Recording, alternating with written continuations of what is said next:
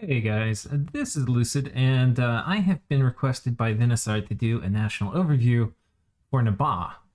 And it's kind of funny, actually. He had asked me a while ago to do it, and I was looking for, because I knew I've already recorded one. I was looking for it, and I couldn't find it, so I never got back to him. But yeah, it turns out I have done a national overview before for Naba. I did find it. But in it, I'm talking a lot about the future of some Naba game, which I never ended up putting up on YouTube. It was a kind of cool game. It was on one of Primus's new maps, and I ended up losing that game to Zabalba, to middle-aged Zabalba, which was kind of cool. I was one of, I think, the bigger powers at the end, but various things like not having many that particular map where I started, I didn't have many directions I could go for war. And basically, I was forced to fight Asphodel, which was kind of shitty for me. It was being played by Sakane. So Sakane and I grounded into each other for a while before we had peace. And meanwhile, Zabalba had gotten really big and scary. So, I don't know. It was a cool game. I'm trying to think what else. I don't know why. It was actually a kind of cool game. Like, there were a lot of cool wars in it. But I also didn't really understand Naba very well. And that's one of the reasons I wanted... There are two reasons I wanted to record it. One is... or re-record this national overview. One was because I'm talking a lot about, that upcoming game. And the second is I feel like I understand the nation a good bit better after playing Ubar now and after having that game with Naba. So I think I can do a better one. And that's what we're going to do. So let's talk about Naba. Naba is a middle-aged nation, which is the hardest, most cancerous era. It is a successor to Ubar. So it has a lot of similar units to Ubar, but it plays a lot differently. And I think it is a stronger nation than Ubar by a good margin. And so we'll talk about it. Yeah, so what do we have? Well, we have... well, let's do the overview of it first. It is... basically... you have a lot better, more different troop options. And I say better. Before you had the Gen, which were kind of cool, but when people took an anti-Ubar Bless, then you're kind of just hosed. In this case, you can't get Gen as recruitables. You get basically these human troops, and you get Adites like from Hinnom. And you have camels. So anyway, you have kind of this mix of troops, some of which are very high quality. Like, I like these Adites a good bit. Unfortunately, you don't really have magic weapon access on these guys, so that's probably something you want to think about taking on your Bless for your Sacreds.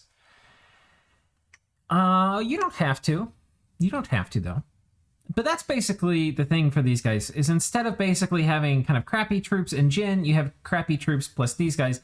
And what I like about this is these are more, like, it's a more reliable roster. You know what you're going to get. You're not going to be kind of checkmated in Pretender design. And I like that. We'll talk more about all the troops. For the Mage lineup, it's a very different Mage lineup. And the Mages for this nation are far, far superior to that of Ubar. All right, and this is going up in a timely time, right after the Ubar series, so we can do direct comparisons. So you get okay, let's talk about what we can get. We can get Carib, which are foreign recruit. So all you have to do is drop a temple and a lab, and you can start making these guys. And they're okay. They're Earth 1, which doesn't seem very good, but, they're good fluffing. And you can do some decent buffs, especially if you're willing to put an Earth Gem on them for summon Earth power. They're also stealthy, which is kind of cool, and they have 10 leadership, so they can lead stealthy raiding squads. So can these guys. You actually have a decent amount of stealthy stuff. You have the Camel Riders, and you have the Desert Warriors, who are both stealthy, and you have these Yan Guards. So you can already start thinking of some kind of little interesting raiding combos. With these guys maybe doing Iron Warriors on a couple of these dudes, and then doing Iron Skin on themselves. And yeah, they, would probably be okay there. We could test some of that out. But anyway, that's the Carib. They're mostly just little research monkeys if you take magic scales, though. I'm kind of telling you the niche uses, but mostly that's what they are. Then you have the Mukarib. And the Mukarib I like a lot. I like them a whole lot. They're holy too, which is great for Dominion control, because in my opinion, you should be having a lot of these mages. So they're going to do a really good job at preaching when you need them to do that. They're a Fortune Teller 5, which is pretty handy to have around. It's handy to have. A lot of times people think it's only good for if you have misfortune. I think it's pretty good to have in luck too. If you have luck, it means you're going to have more events. You probably, we could do the math. I bet you have similar amounts of, no, you probably have a bit less bad events that these guys are going to be used against. So it's probably a little less good. But the thing is, in addition to the number, like percentage of bad events going down, and how bad they are going down. So you're having fewer percent, and they're less severe, but you're having more events in total. So I think there's some balancing out, but anyway. Anyway, it's a great mage. So it's Astral 1, which means you can easily jump into a communion to be arbitrarily high levels of communion of holy. And I like Astral 1 mages. I like Astral 1 mages a whole lot. I think they're great. I think they're absolutely great. And they have 40 leadership, so they can lead troops around. And they have decent map moves, so they can, run pretty far. This is basically map move 2. So these guys are pretty mobile. And they have desert survival, or wasteland survival, so you can move really quickly over. Basically, I think all your units have wasteland survival, but, they're a bit more mobile than these guys who are only 16. Next, we have the Yenamir. These guys are kind of interesting. They're basically, they have a random for fire, air, or earth. We'll talk about each of the randoms. The air random is most notable for being able to magic phase move, so you can cloud trapeze. The earth ones are notable for probably being the best thugs, because they can do summon earth. You put a gem on them, they do summon earth power, iron skin, flying shield, mist form, whatever you want. It might take a gem or two to do some of those, but anyway, they're pretty solid thugs. I mean, when we look at them, they have pretty good base stats. They have enough HP, and they have okay stuff. They're basically okay thugs. Depending on what you do for your bless, I think the best bless for thugging, honestly, is regeneration, because with with mist form and regen, they just become pretty solid. And fire shield, they're going to be able to do a lot. And this is not really a nature nation. Like, you can get, obviously, nature indies, and you can have nature on your god, but you're not going to be cranking out a bunch of rings of regen. And you're probably not going to be cranking out a ton of Moonvine shields. And without a source of regeneration, and without, Moonvine shields, without Vine shields, these guys are going to be taking a fair amount of damage. They're not great thugs, is what I'm trying to say, okay? But depending on what bless you get, they might be able to be pretty general purpose. They can only be... Oh no, you can get these guys anywhere, right? So you can poop these guys out of every single fort. And they can... we can check. We'll do some testing with this. Unfortunately, that's got Airmore's Dominion in here. What I think we're going to do is I'm going to have Airmore come over here and take this. Oh, he did Master and Slave. That's probably fine. Just do 10 PD here. And on Naba's side, we're going to go ahead and get... Okay, we've got one of these. I think this is actually a hero, but he's basically a Yanamir, so... Except he can... Can these guys fly? No, they can't, but the hero version can. We'll go ahead and just get one of these normally.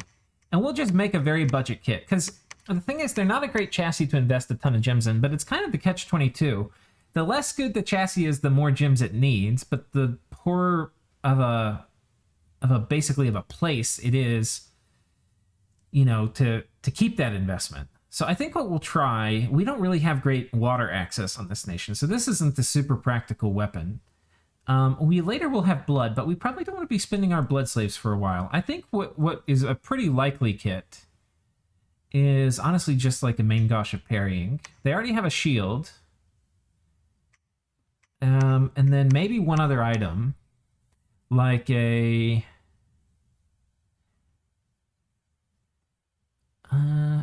this is probably okay.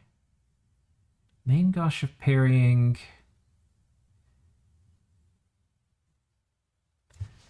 Let's just see how this does for the most budget version of the kit. All right, and then for Airmore, let's make sure, where do we put it? 10 PD, 11? Okay, and let's see how we do. Better to look, in my opinion, than to guess. So, and it's been a while since I've played these guys. So, okay, what we're going to do is we're going to do Mist Form turn 1. We don't have any Bless. Or no, I do have a Bless here, because I picked... This is the build I used in the game. It's a bit of a Rainbow Bless. Poison resistance, shock resistance, Undying Blood Surge. Okay, that's fine. It's going to be worth blessing ourselves. And then we're going to do Fire Shield. I don't think this is going to work. We're going into a place where there's probably going to be a good number of arrows. So I think it actually makes sense to do this first, and then we'll do Blessing, and then Fire Shield. I don't actually think this will work. I think this is going to fail. 21? What is our defense without this? 15? I don't think this is going to work. We're going to try. We will try. Let's see how badly this does. Even if it doesn't work, it'll give us a sense of how close it is to working.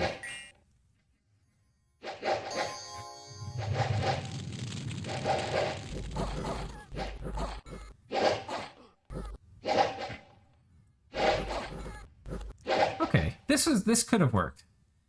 He ended up having a morale failure, which honestly, he probably shouldn't have. He's only down like 6 or 7 HP. He did get a chest wound and was about to fatigue out.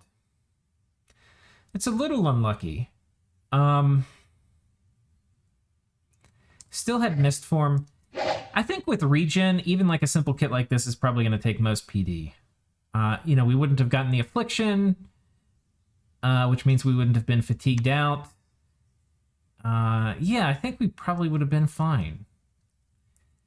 So, I don't know. They can kind of thug, but you see, you kind of need regen.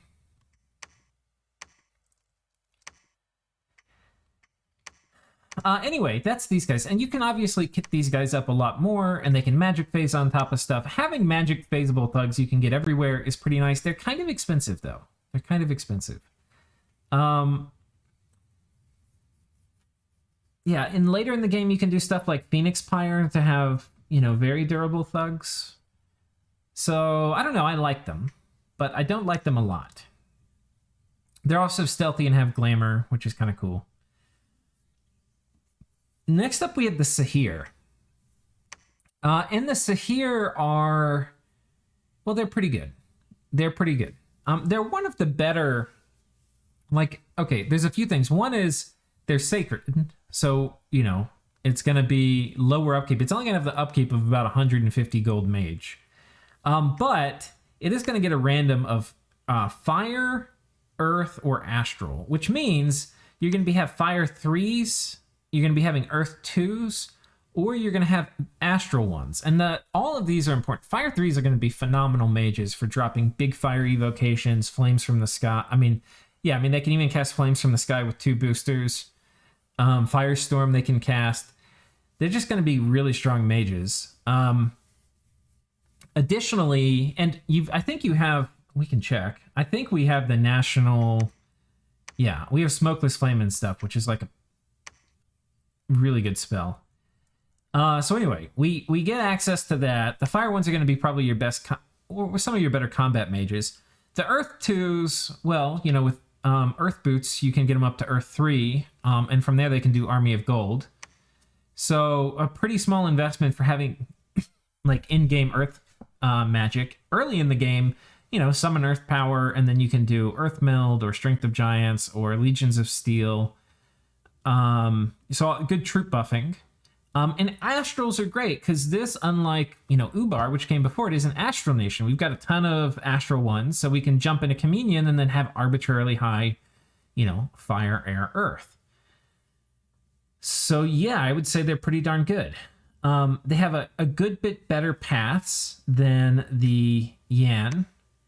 In terms of stats, these guys are 24 HP, 16 strength, 15 MR, and then 14, 13 on their base stats here. These guys are a bit less HP, a bit less strength, and less attack and defense. So in some ways, they're not going to be as good of thugs as the Yanamir. But in other ways, they're better because they have better magic paths. So you can totally... I mean, these guys can kind of do it all. They can thug. They can't self-bless. So if that's an important part of your thugging, the Yanamir are going to be better. But they could be, for example, an accomplice to go with the Yanamir, right? So they can both magic phase in. They're both size 3. They fit in the same tile. This guy, you'd probably teleport in an Earth one because he can do buffing on both of them. And you teleport him in with an Air one. Very good synergy. So, yeah. I like these guys a good bit. When I played them, I underused them. I think the problem is, you know, they're kind of pricey, right? So, if you want to be making these Mukarib all over the place, it's going to impact how many of these guys you can have. And they're also slow to recruit. But you can get them out of any fort. So they're pretty good. Next up, we have the Malacca. The Malacca is a beast. They have less HP than some of your other units, but they're basically Jinn, right? So they have, unlike all these other guys, like these guys are not magic beings, they're humans.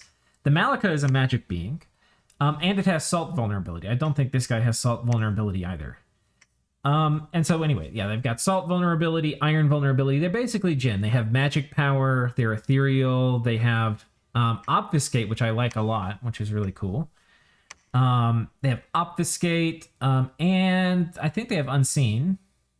Or am I wrong?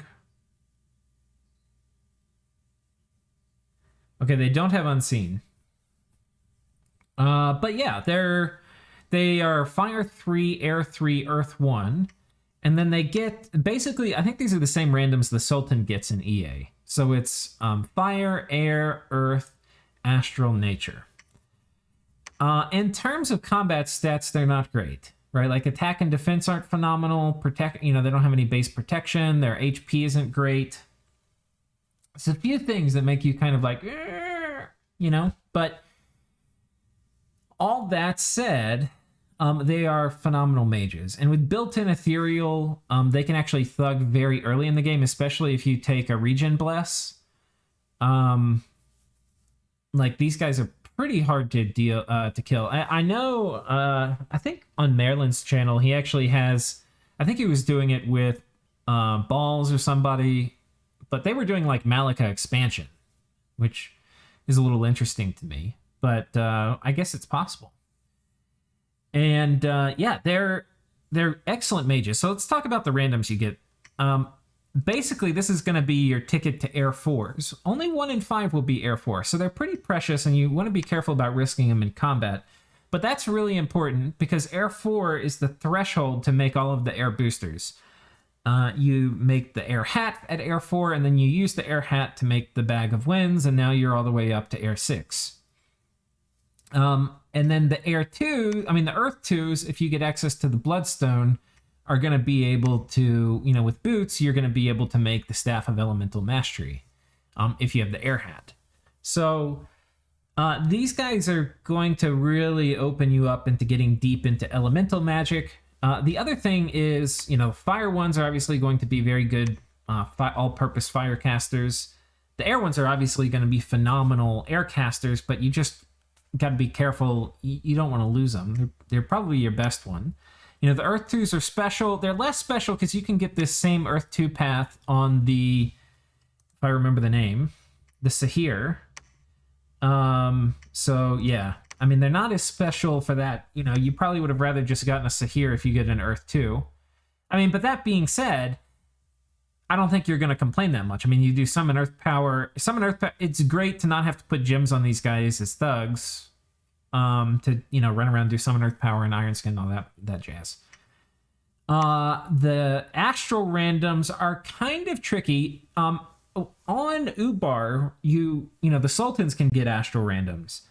And on them, it's really tricky because you don't really have Astral Mages. So they can easily get Magic Dueled out. You can't really use them very well. Here we have reasonably cheap Astral 1s. So these guys you actually can use. And what that is going to mean is, I mean, these guys don't get astral. Oh, no, they do. Oh, they do. Right. So these guys also. Okay. So the astral randoms on the Malacca are a little bit of a waste because you can also get them on the Sahir. But on either of them, whichever you get it, it does open up solar eclipse and stuff like that. If you have, now most of your guys, I don't think have, okay, these guys have built-in spirit sight.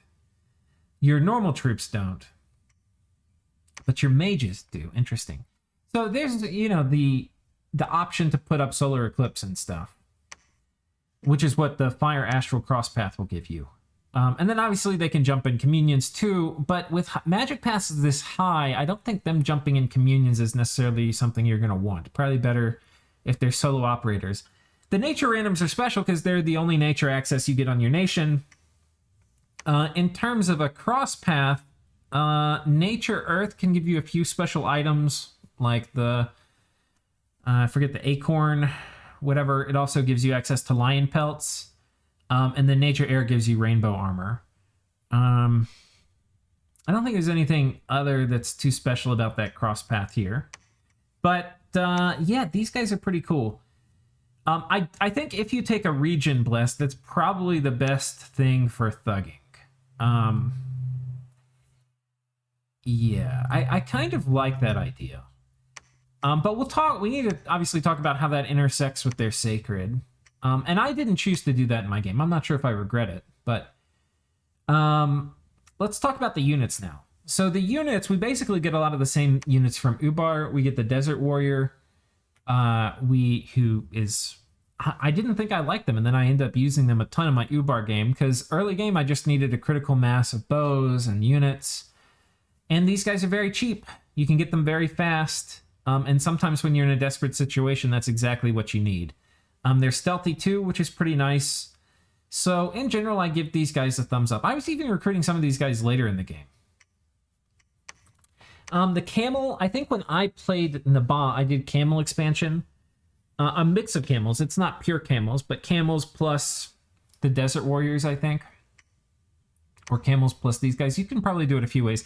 Camels are great because they have the bird, which is going to fly off turn 1 of combat. And the birds have like 16 defense. They don't do much damage, but they are going to disrupt the enemy formation and kind of hold them in position while you shoot them with bows, and then maybe your melee units run in and, you know, hit them while they're not running at you in a big blob or a big line. They're kind of straggling in. So that's kind of the purpose of camels. They're stealthy and they have great mobility, so they can move all over the place. A squad of like 50 camels can move like so far, and they can really disrupt a fight.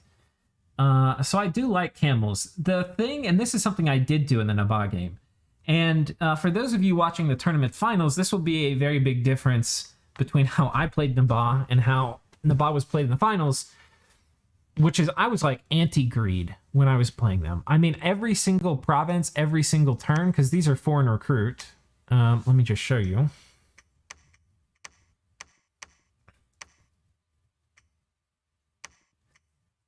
You can, every turn you can make camels. Now this province has had Airmore Dominion in it, so it doesn't have any resources or recruitment points. But, you know, assuming it did, you'd be able to, you know, pump these guys out. The commanders are actually nice. I think the commanders get 2 birds. Yeah, you can barely see it. This guy has 1 bird. There's no bird behind him. You can see a second bird. So if you're just getting him for the birds, it's actually not a horrible value to get the commander. So I wouldn't even stress about doing it. The commanders are special because they have tax collector. We haven't really talked about them. And they can pillage. I think these guys can pillage too. Yeah. So that means that well, let's get one real quick. I'll show you what it means. Okay. So we'll put these guys here. Here's what the pillage thing means. You can do raid. And raid, we'll see if we catch the PD here. Okay, we didn't. But anyway, you can see we killed a bunch of dudes, but you get gold and you kill population when you raid. It also means you're better at pillaging if you just do pillage, which is pillage in your local province.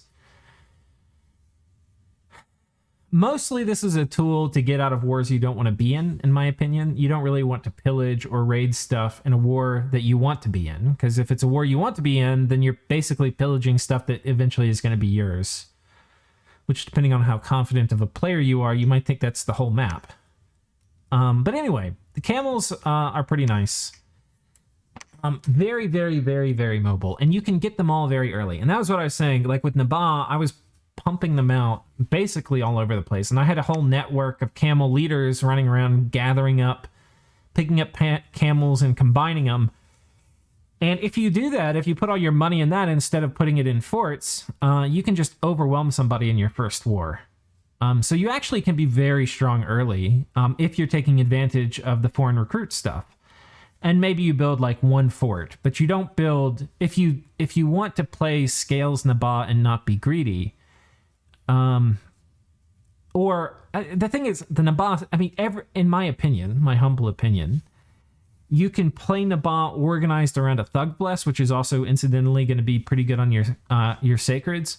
But I don't think you have Sacreds that are going to hold up to good Sacreds like Anakites or something. And we'll talk about that in a minute. But in my opinion, all versions of Naba are going to rely heavily on Scales troops, in my humble opinion. So, yeah, that is the camel. And these guys are both foreign recruits, so you can get these guys literally everywhere. And you can leverage that to be very, very strong early, which is something I generally like doing. I generally do not rely on people to be friendly with me at the beginning. It's one thing I've decided... because a lot of time, you never know. Like, half the games, I feel like people are like, kill the streamer... And it is nice to be prepared for that as best you can and not be... If you're greedy and people like gang up on you, you're dead. If you're not greedy and people gang up on you, then you might outlive them. Okay. So, let's go back to the units. We talked about... Okay, we've talked about all the commanders. We've talked about these guys who are foreign recruit, stealthy... this guy has birds. Next up, we have the Naba Light Infantry. They have a Javelin. You can mass these guys pretty easy. I think Javelin expansion with these guys is totally an option. I think it's totally an option. I haven't ever tried it, but I looking at it, I see no reason why it couldn't work. I've got debug mod on, so we can't see how many we actually could recruit, but it's probably a lot. It's probably about half this. Here we're recruitment point limited. So, yeah, I don't know. You probably could get like 20 a turn almost. I mean, these are almost like Peltest levels of being cheap. And they have decent, they have a spear and they have a javelin. What more do you want? And then we have these guys who are basically a very similar dude, better protection, but with a scimitar. I don't think I really made many of them. I can see myself making these guys. They have a shield, so they're going to be good against archers. They have 2 javelins. I could see these guys being good. I can't really see myself making these. Next up, we have the Adite Light Infantry. These are big boys with big spears and big javelins. And, I mean, yeah, this is a pretty hard-hitting dude. He's got not great defense, but okay defense. A big shield, decent protection. And then enough hit points you can take a few shots and not die. So you can totally do expansion with these guys too. And they have enough, it's high enough damage piercing attack. They're going to be able to get through, like you're going to be able to hurt elites. You're not going to be crushing elites with this, but you'll be able to do damage to them. Whereas like this guy is basically chaff versus elites. And then we have this guy who's got, interestingly, a higher damage attack. He's got a short sword, which sometimes is going to be piercing, sometimes slashing, but is higher damage. Has a great bow, and costs about the same, and has better protection, but has worse attack and defense stats by a good margin and doesn't have a shield. So, I've always kind of theorized about this unit, like with Hinnom. God, wouldn't it be cool if you could just sit there and buff these guys up while they emptied their salvo, and then when the enemy closes in, they're going to murder them? I feel like you could do this. I've never done it, and the times I've seen it tried, I haven't seen it work out terribly well. A lot of it, I think, has to do with really bad attack and defense stats. But all their other stats are great. These guys seem cool. I'd like to see a strategy around them. I mean, it's worth mentioning, this great bow is very powerful. I mean, it's really strong. Okay, we're going to do it, guys. I just want to see what it's like. I think an efficient squad would be, you can have 2 per tile. And so what we're going to do is we're going to do 1, 2, 3, 4, 5, 6. I think we're going to do 10. And then we'll have them led by one of these guys. No, I think we're going to do 8. One of these guys and...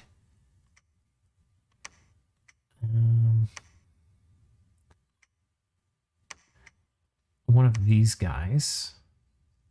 And on Airmore's side, we're going to do like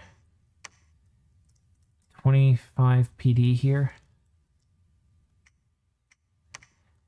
And we'll just see how this works.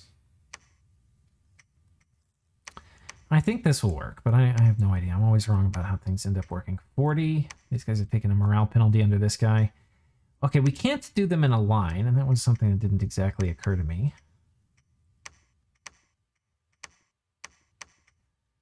Okay, and so here's going to be the script. We're going to do Summon Earth Power Iron Warriors. And I don't know who it's going to target. Probably, wait, 9 and 21 versus 2 of these guys at 24. Yeah, these guys are almost certainly going to be targeted last.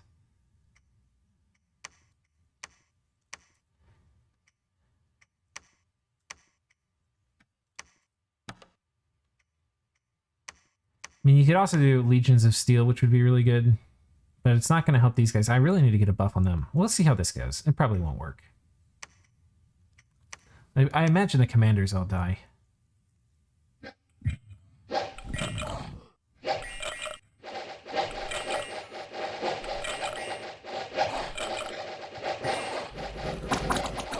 Man.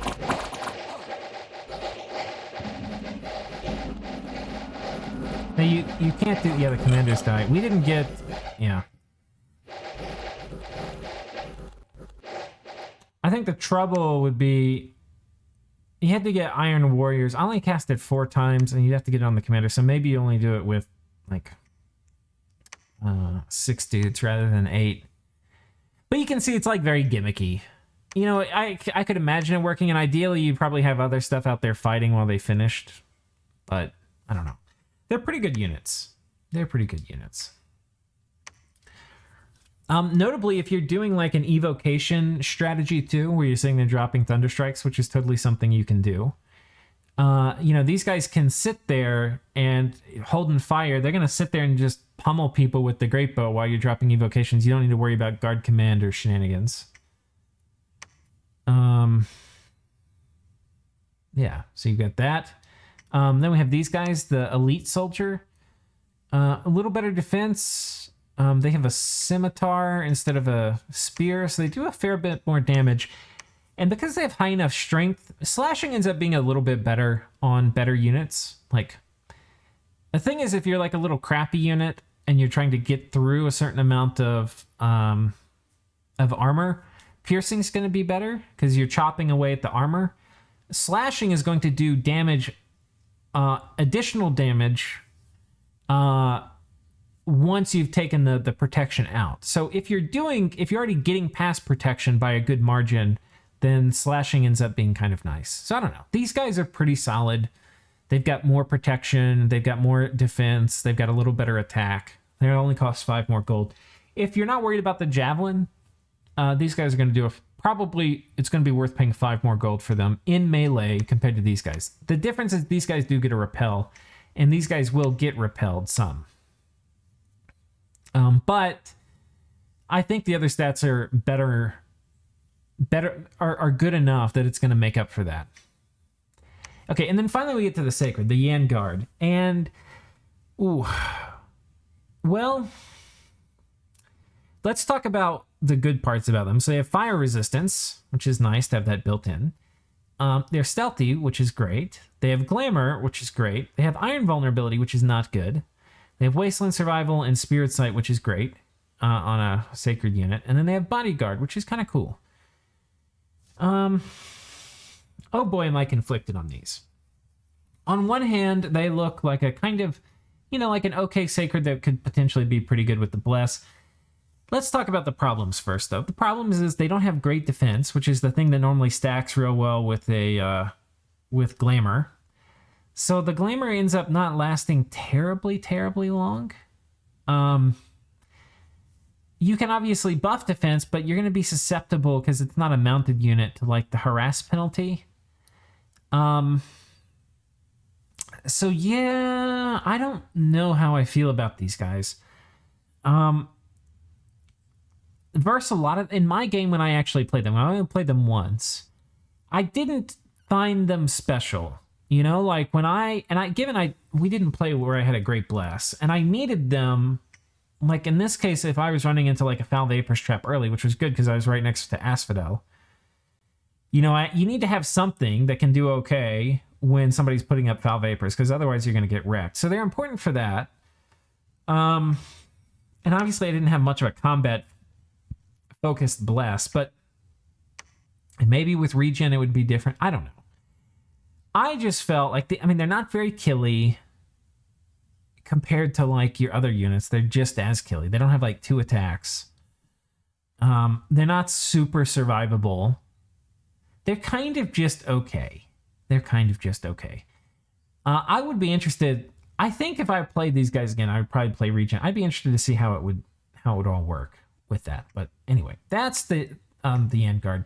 They're not very mobile is the other problem with them. A lot of your other things can map move 2. These guys are definitely a lot slower than that. They're map move 12.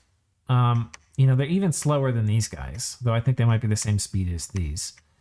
But you have other options which are like much more mobile, like these guys, which are 16. These guys are 24. So your main army, these guys are basically mostly map move 1. Though I think 12 is enough to get you through 2 friendly planes that you own. So I guess there are situations where they can move 2. So yeah, that is the Yan Guard. Kind of cool. If you took, like anything, if you put a super heavy bless on it, it's going to do fine. Which, honestly, a regen is a pretty heavy bless, especially for expansion. So that might be enough to make these guys, pretty good. Let's talk about the summons we get. We get a bunch of summons. They're all in weird order here. I've summoned most all of them in this test game right now, but we'll just kind of talk about them. I think we'll start actually with the blood summons, which are down here. You can basically get an Ifrit, a Shaman, a Shaitan, a Ghoul, and a Gula. So let's talk about blood real quick. We are a nation that does not have any access to blood. This guy gets it. He's a hero. But none of the units we went through in our roster give us any blood access. But if you break into blood, then yeah, you can get pretty good summons. Like you get the Shaitan, which, if you have a big blood economy, you can have way more Shaitan than Ubar can. But you're not going to have Shaitan nearly as early, unless you have somehow your build specifically focused to like do a Shaitan rush.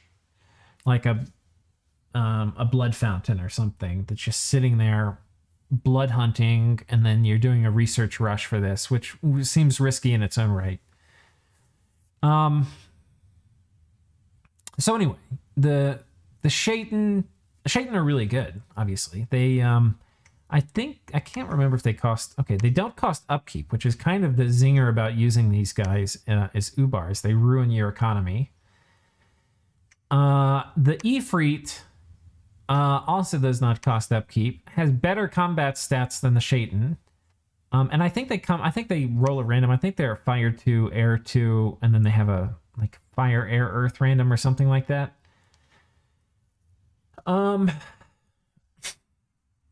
Well, let's talk about them. So the Shaitan has, I'm kind of assuming you already know what the Shaitan were from watching the Ubar game, but what are the noteworthy things about a Shaitan? Well, They have the Djinn stats, which means they have shock resistance, ton of fire resistance. They're susceptible to cold.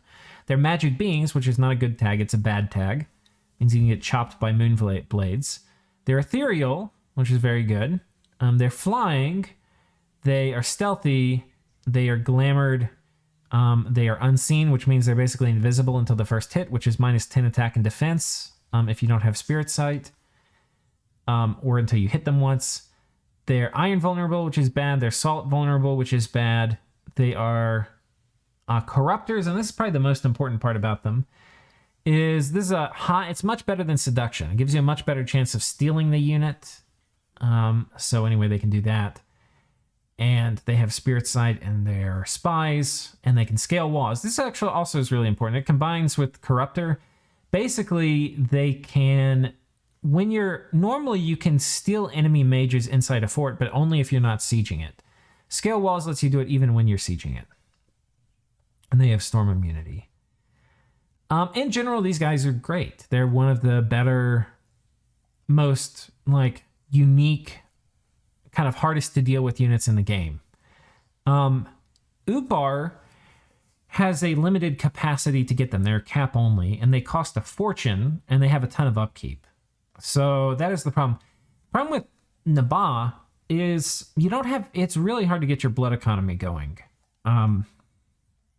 You kind of have to use your pretender unless you get super lucky and run into indies, or you can trade for them and start it that way. But even then, people are probably not going to give you great rates on slaves in most multiplayer games to get your blood economy going. You're probably going to have to use your pretender, and that's slow and painful. You probably have other stuff you want to use your pretender for. So the cost of getting a blood economy going is pretty high. Now, the other unit that we need to talk about for getting your blood economy going is the Gula.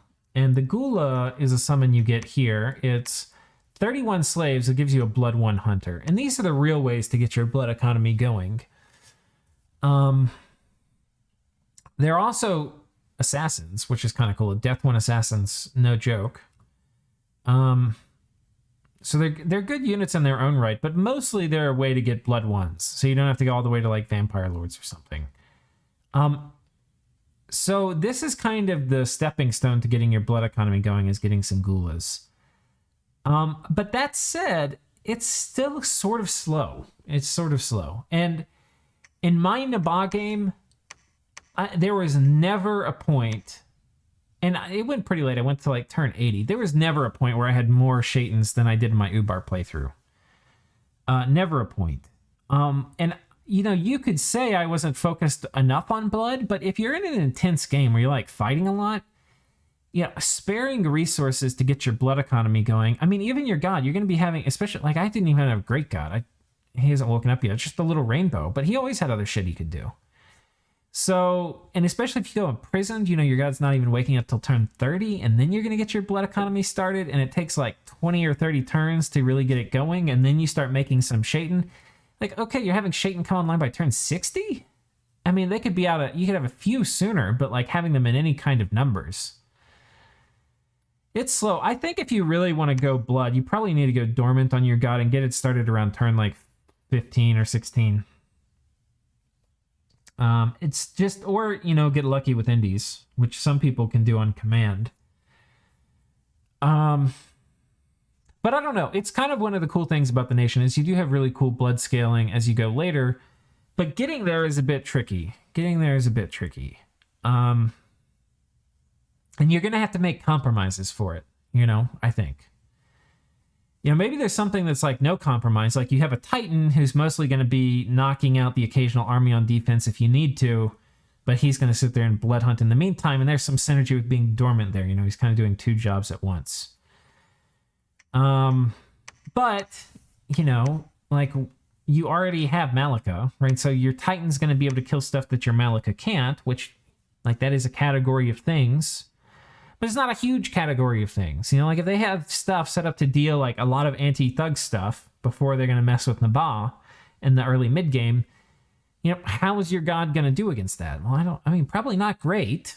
If that's what the army is set up to deal with, probably not amazing. So I don't know. I don't know the answers to any of these things. It's more just things to think about. So anyway, the Gula is a way to get your blood economy going. You also get these guys, the Ghouls, which we've talked about. I don't like them at all. They look cool because they've got 50% regen, and it's very easy to fawn over that. Be like, oh my god, they have a ton of regen. They don't do any damage. Who cares about their regen? They're basic. If you need fodder to kind of sit there and sort of hold the line, I don't know. Somebody's going to come along and they're going to show me how if you get enough buffs on these guys, they're literally impossible to kill, and you can make an unkillable wall around your mages who are doing evocations. Okay, I'll believe it when I see it. Okay, mine had a fair amount of buffs on them and they died not much slower than other things. So I'm not a fan. And the other thing is you're going to be spending blood slaves on these. And look, the only thing in my opinion, if you're playing, it's so hard to get into blood as Naba. It is hard, right? It's not impossible, but it's hard.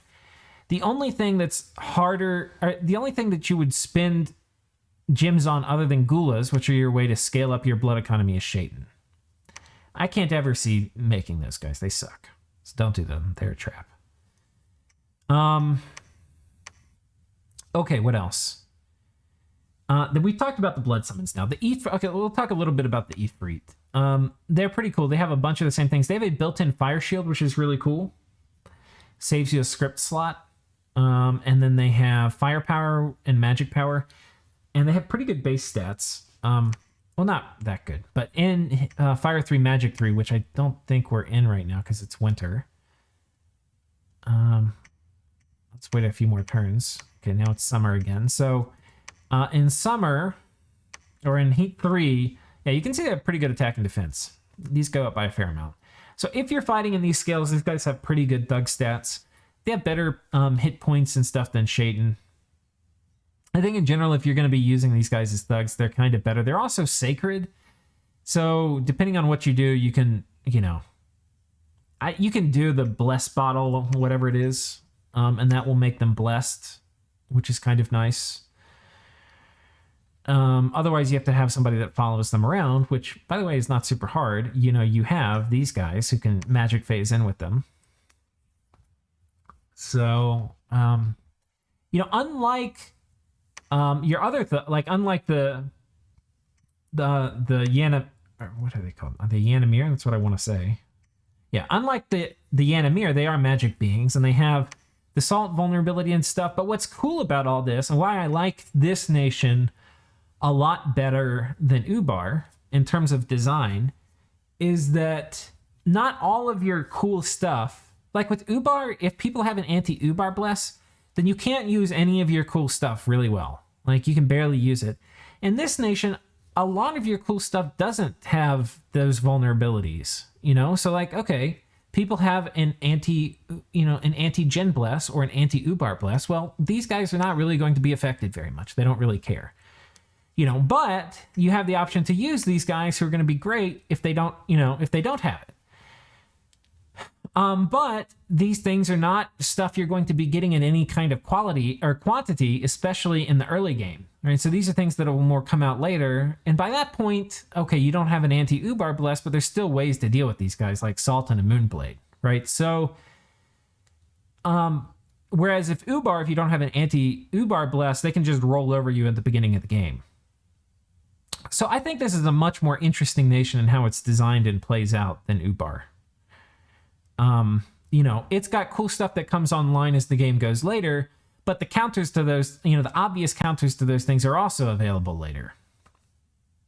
So anyway, that is the Sultan, or the Ifrit. I think they're cool. I dig. I don't think there's anything here we didn't really mention. Okay, the next is the Marid. Well, yeah, because we're covering the Jinn. Well, we'll do all that. We'll do the Marid in a second. The next up is the Jinn. These guys are kind of cool. I think this is very similar to one of the Ubar mages. I can't remember the name of them, but let me actually check. Let's summon a few more of them. And I can't remember.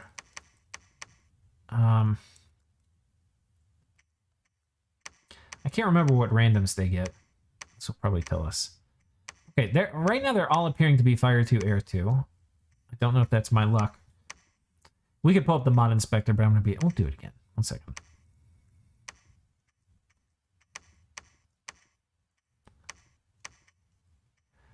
Okay, this can't just be chance. So they're fire 2, air 2. And yeah, they make great battlefield mages. I mean, if we look at the cost, let's look at the cost. They are 18 fire gems. That's pretty good. That's pretty good. I mean, for somebody that can be doing Summon Storm Power and Thunderstrike, that seems pretty reasonable to me. It seems pretty good. I mean, these guys are really good. If you have Eternal Pyre up and you're making one of these guys a turn, that's really nice. I remember in my Naba playthrough, I was plagued by a lack of fire gems. Like, I didn't have any. I had like an income of like 3 or 4. So good luck getting Pyre and good luck getting any number of these guys. It was kind of painful. But, yeah, they're solid mages. I think there's totally the case to get them. I mean, they can thug too. They have a lot of the good things for thugging, though they are going to struggle against, you know, stuff with Moonblades and Salt. In addition, they don't, you know, they're not sacred. Oh no, they are sacred. What was I gonna say? Because they're inferior to the Ifrit and good. Oh yeah, they don't have the fire shield. Do they have all of the? Okay, yeah, they don't have heat power either. So can be better if you're fighting into cold. They still have the cold vulnerability, but they're not going to benefit if they're fighting in your dominion, which probably should be heat 3. And then they have worse stats than this guy. But super solid. I forget what level these are. I think it's like Conjuration 5. It's not very high. And there's reasons to go up Conjuration for Naba anyway. So these guys seem eminently reasonable way to spend your gems. And then next we have the Marid. And the Marid is pretty cool. A big beefy unit. It's basically the same as you get in ubar. This looks a little bit better. Do they get randoms? 1 second. Let's summon another one.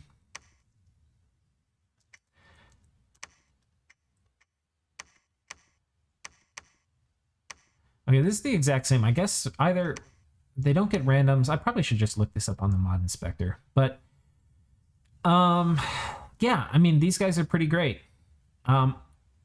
Fire 4, Air 4, pretty huge. I mean, Air 4 just being able to drop turn 1 Fog Warriors is really good in a lot of situations. They're obviously huge mages. They're super combatants. They're whatever you need them to be. They're one of the better units in the game. They have Unseen. They basically have the full suite of stuff. The Fire Shield's better because their fire is higher. And yeah, again, they have firepower and magic power. So depending on where you're fighting, they're really good. I think in my playthrough of Naba, because I had garbage fire income, I might have had 1 all game. And it probably died. As things tend to do when you care about them. So it depends. I think a lot of this, you know, as is often the case in Dominions, a lot of this depends. You know, will you be able to get a lot of blood? It depends a ton on your build, but you're not going to have a ton early, and you're probably not going to have a ton in the middle. If you purely focus on blood, you could probably get a fair amount out early, or in the middle of the game, not early. And then what kind of summons you're going to get, honestly, is going to have a ton to do with what kind of sites you find. And if you don't find fire like I did, you know, forget getting Marid. Let's take a look. Okay, well, the other spell we get is the Hori. And these guys are kind of cool. I forget what path they are. Okay, Hori is air. So 26 air gems gives you a Hori. That's expensive. That is expensive. That said, they can seduce. Unlike the Hori and Ubar, they're actually mages. And they get it. They're, I think, your best nature mage. Let's summon a few more of them and see what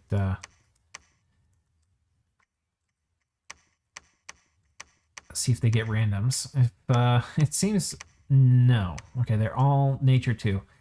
But that's important. This is your best nature mage. To summon them, you can actually do it with the Malacca with the nature random. It's only air 2, nature 1, and that's going to get you up to nature 2. So this is a good way actually to climb nature for the nation. Because now you can make a Thistle Mace, and then with the Thistle Mace, you're nature 3. And there's probably a way to climb up from nature 3. I think the Ivy King is nature 3. Oh no, nature 4.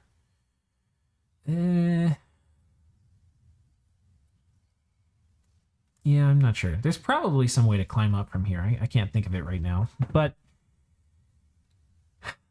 yeah, I mean, these are going to be very, very versatile assassins. They can fly, so they're very mobile. A lot of your units are going to have some sort of fire resistance, so you can toss out mass protection and stuff later. I mean, these seem just eminently usable. The only problem is they take a ton of air gems, but I think they're worth it. I don't think I would just like auto repeat making Hori, but I would probably like to have 3 or 4 of them. I mean, depending on how big you were. So that's the Hori. Let's see what we have next. Okay, here's the god I had made.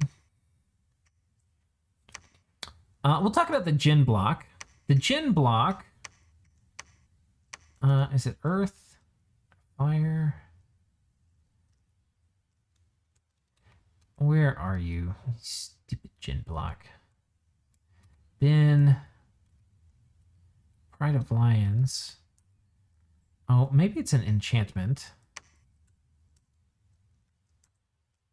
Construction.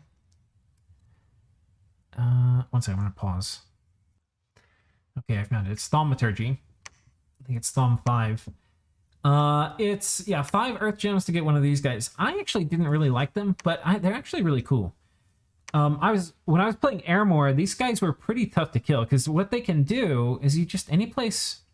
One way to think about it is they're like temple and lab protectors, because a lot of times you want to put down... You have foreign recruit mages. So you may want to put down some... By the way, let's remind ourselves who the foreign recruit mages are. Wait 1 second.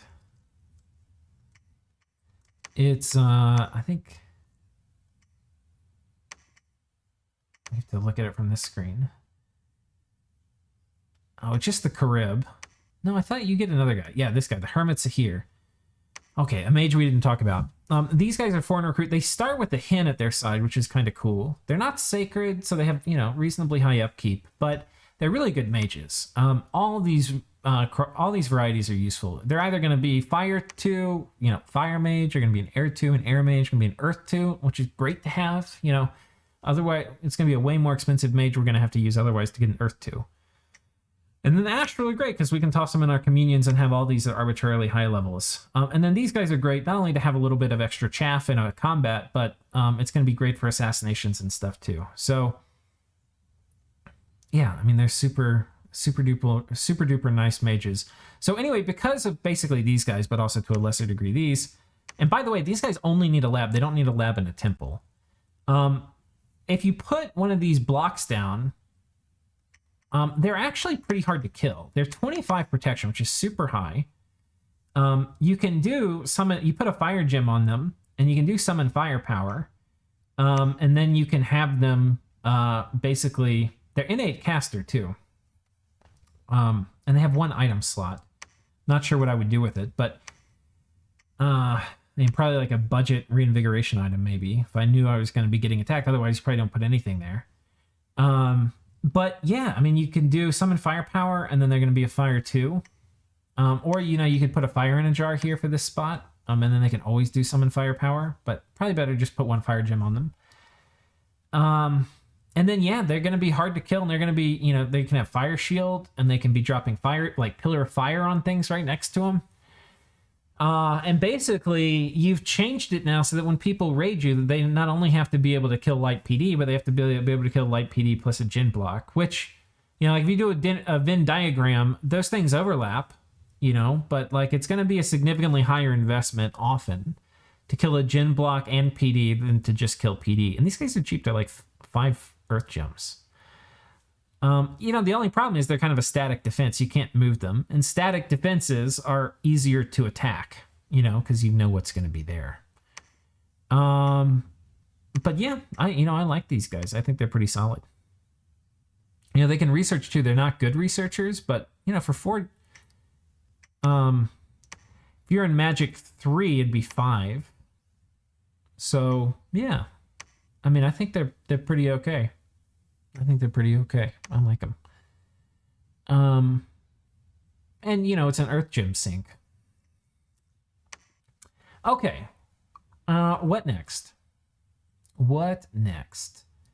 We have a few different summon. Okay, we've talked about the ghouls. Okay, we can get Jinn Warrior. These are kind of cool. they're basically the same guys you get, but without upkeep, that you can recruit in your capital in Ubar. Let's take a look at how much they cost. Djinn Warriors 18 gives you 3. So there's 6 apiece. Ooh. See, they could be good because they've got, you know, the Djinn suite. They've got Ethereal, they've got Glamour, they've got Unseen. And they're flying, so they have really good siege strength of like 4. So I could see having like an army of these guys roaming around, and if people are unprepared and this thing, you know, jumps on them, they're going to be in really big trouble. Because these guys are pretty murderous. That being said, you know, this is, you know, it depends. What kind of bless do they have? If they have a bless which in any way like has magic weapons, and they're, you know, those are the troops we're going after. It's the sacred troops with magic weapons. So basically, if you're fighting units with magic weapons or that have spirit sight, I would just skip these guys. But if you're fighting somebody who doesn't have either of them, then they are an option. But they're an expensive option. They're going to be hard to mass because, you know, you're going to have to be pouring your fire gems into them. And it's going to be coming at the expense of mages. So, you know, is it worth it? I think if your enemy's completely vulnerable to it, it would make sense to make some of them, because they're good. But if your enemy is not, which by the way, you know, you can put like magic weapons on thugs. So even like the right thug could kind of mess these guys up. These guys do have high attack and a magic weapon damage. So they will kind of chew up thugs in their own right in a way, but you can certainly come up with a thug or super combatant that could kill an infinite number of Djinn. So I think, you know, is this a good use of fire gems? I think this gets a big fat, it depends. It depends. You can come up, like you could have an army of these guys rolling around that are just going to take fort after fort after fort. But, you know, they could get hit by a monolith or something when they're trying to storm one, and then, you know, GG. So, yeah, I don't know. These guys are cool, but, you know, not amazing. The Hen, this is another summon we get. They are basically shock resistant, fire resistant, magic beings that are also stealthy and have unseen. Don't have great stats otherwise, though. Notably, these are particular. If you're going to do Wrathful Skies, you can have these guys on Guard Commander. Their cost, I believe, is much more reasonable. Hen, I can't remember if it's water. Oh, that's the bin. Air. Yeah, here's the Hen. Yeah, so you get 5 for 6 air gems. So you can kind of get a ton of them. So these could be very good, like Guard Commander chaff for doing Wrathful Skies. That's how I see them. They're decent against the, you know, fire and air evocations. They're not really great in combat itself, though they can handle some light combat before Unseen disappears. And then you have the bin, which is kind of cool. They have less shock resistance, no fire resistance. They have poison resistance. They're ethereal, which I can't remember if, yeah, okay, these guys are ethereal too, which is pretty good. But they have the normal Djinn weaknesses, which I think these guys do also. Yeah. So,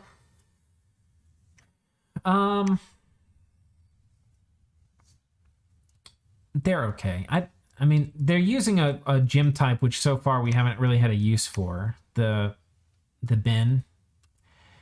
So the problem is you don't get water mages. So like, who's going to cast this? The only mage you have on your roster who can cast this is a Marid.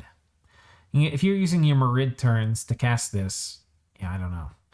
I think in practice, this is like maybe an okay spell if you could cast it, but you can't cast it except using like a god or some very weird random indie mage or a Marid. So in practice, you're going to have 0, whereas normally you might have a few.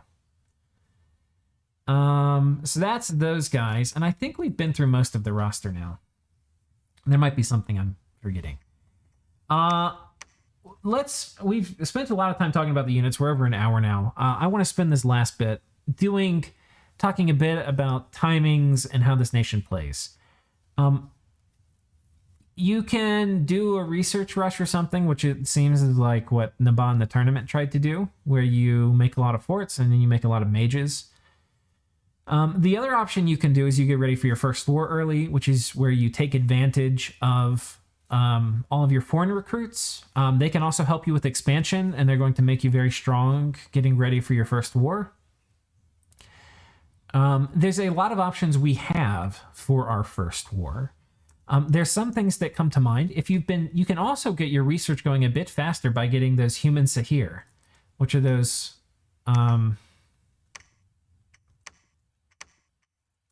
which are these guys. Right, so all you do is you put a lab in a province and you start making them. You can start making them real early. Like, you do not need to have a second fort as Naba, technically, right?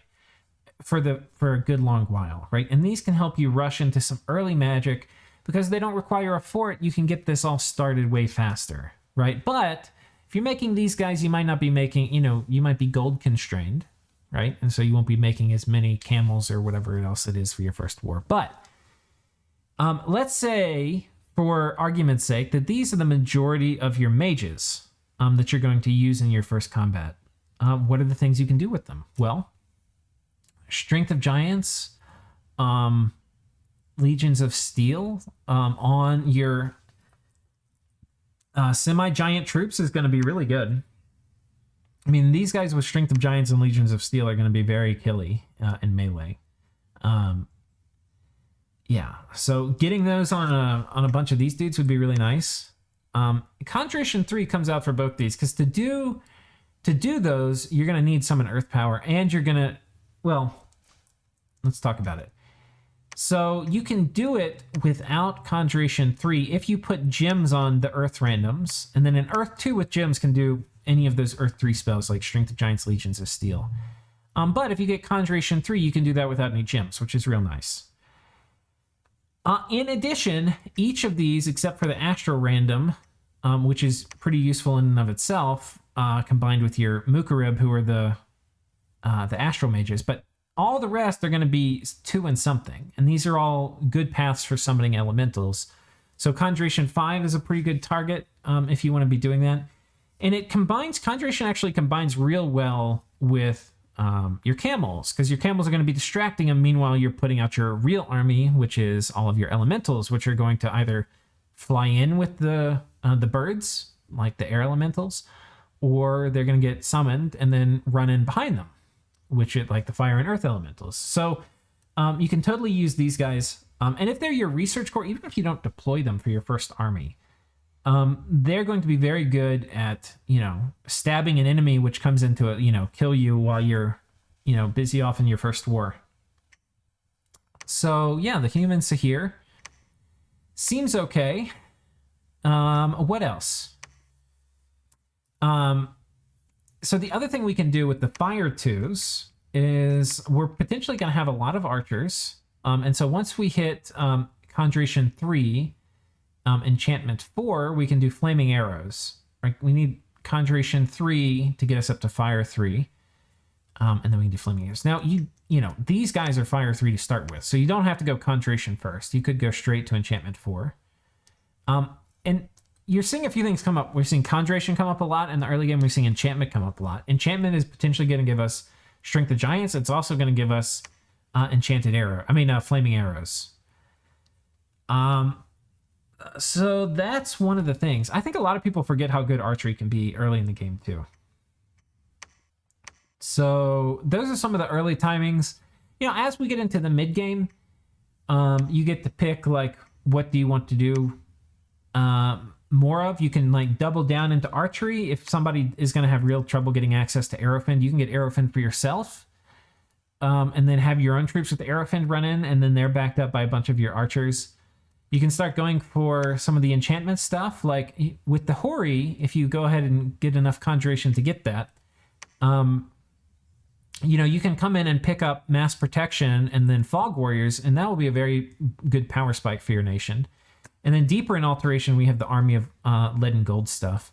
Sorcery is a nation which can make very good use of Evocation, and you could do this first. You don't have to go Conjuration or Enchantment first. You could go straight for Thunderstrike, right?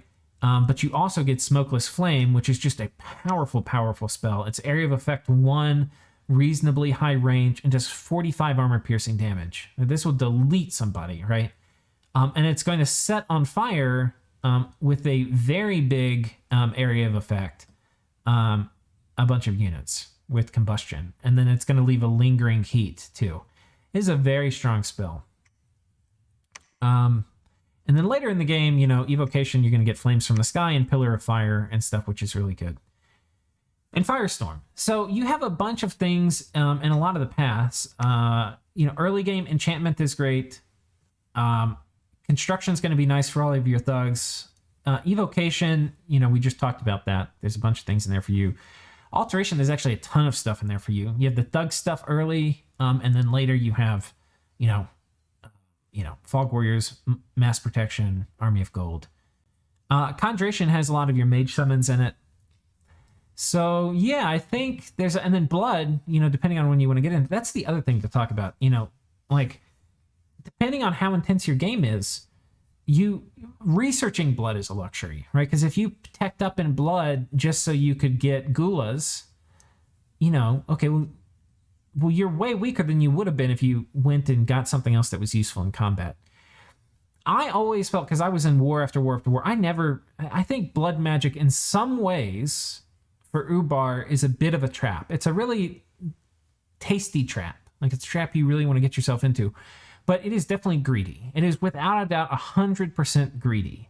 But it can pay off if you get into it at early enough that you can have a big blood economy by the late mid game. I don't know if I would recommend it. I think it's dangerous to do it. To do it. You know, if the game goes really late, then even if you're not, you can get into it then at a timing when it's not greedy. And you can be a big blood power then. But yeah. I think we've talked about most of the things. I mean, we haven't done pretender design.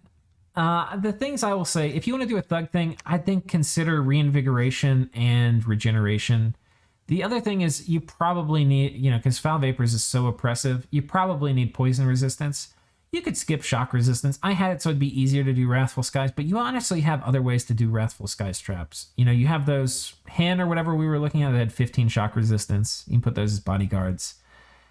And then you can do, you know, shock resistance gear for your mages. So don't think you need this. I think I did it. Honestly, it might be something I would cut for next time. You're also an astral nation without deep astral access. You only have astral 1. So you'll probably, because you can do arcane probing, you'll probably have a pretty solid astral income, but you won't really have great ways to spend it with only astral 1. So I think it's totally worth thinking about getting astral in your pretender to be able to do that. And then while you have astral, it's always nice to get the earth cross path to do some crystal gear. I mean, you'll kind of have it on your on these ladies who can, you know, roll earth astral, but, you know, always easier if you have it on your god and don't have to worry about that.